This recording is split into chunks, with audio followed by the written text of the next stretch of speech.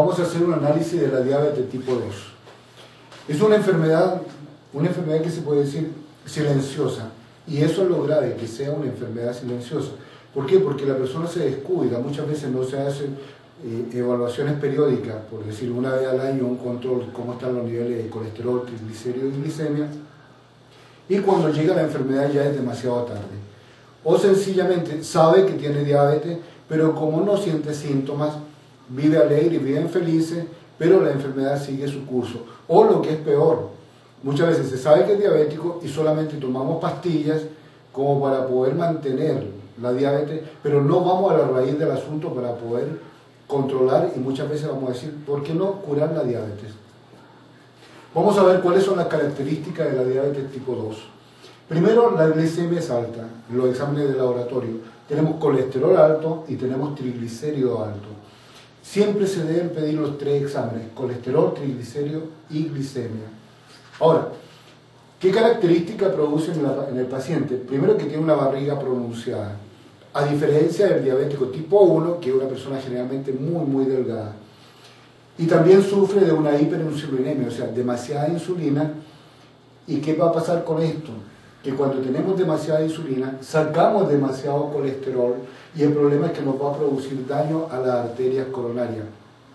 Y recuérdense ustedes que el problema de las arterias coronarias, la causa de muerte número 1 en el mundo son las cardiovasculares.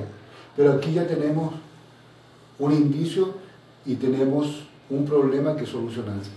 Ahora, ¿cuáles son los factores determinantes para que se produzca la diabetes tipo 2? Primero, los carbohidratos, que son dañinos, que se convierten en un exceso de azúcar en el organismo, un exceso de azúcar que entra al torrente sanguíneo. Tenemos, por ejemplo, las pastas. Las pastas se puede decir prácticamente que es un chorro de azúcar que entra para el torrente sanguíneo. Las harinas refinadas, los dulces, el exceso de fruta.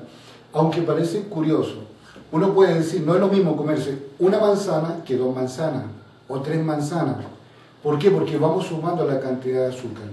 Sin embargo, tenemos que hacer notar algo. Cuando nosotros comemos harina, o por ejemplo, usted come pan, es más peligroso comer pan que el azúcar blanca refinada. ¿Por qué? Porque el pan se transforma en glucosa, es como si de repente hubiera un río y vamos a saltar todo un chapuzón directamente a ese río. Es lo que pasa con el pan. Sin embargo, el azúcar tiene que pasar por el hígado.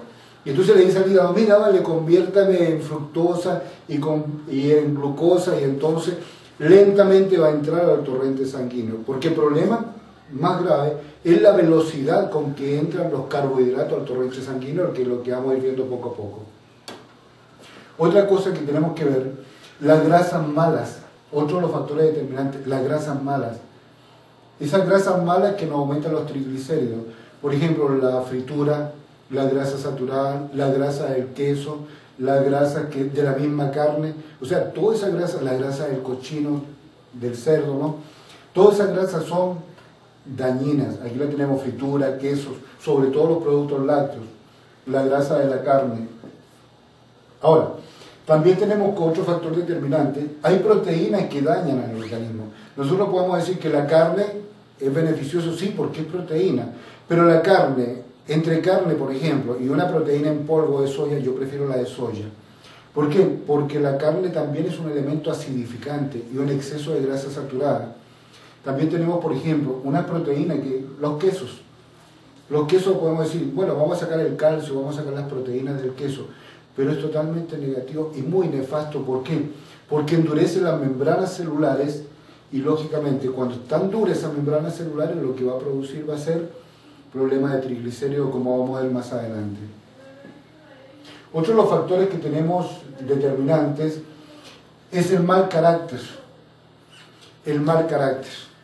La gente que pasa brava, molesta, furiosa. De hecho, el diabético tiende a tener mal carácter. ¿Por qué? Porque acidifica tanto el organismo, se pone tan ácido, y en un organismo ácido no va a permitir que los alimentos puedan trabajar, o sea, puedan ingresar a la célula, puedan cumplir su objetivo. Entonces, el problema es el mal carácter, ¿no?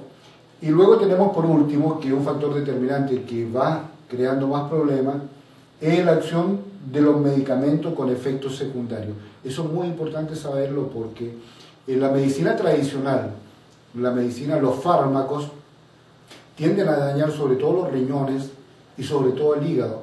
Imagínense que hay veces que le mandan a un diabético de por vida un medicamento. No, si eso no es así. Es tan fácil y tan sencillo curar una diabetes y es tan simple la diabetes poder curarla. Lo importante es que usted tiene que ser su propio médico, comprender los principios para poder curarse.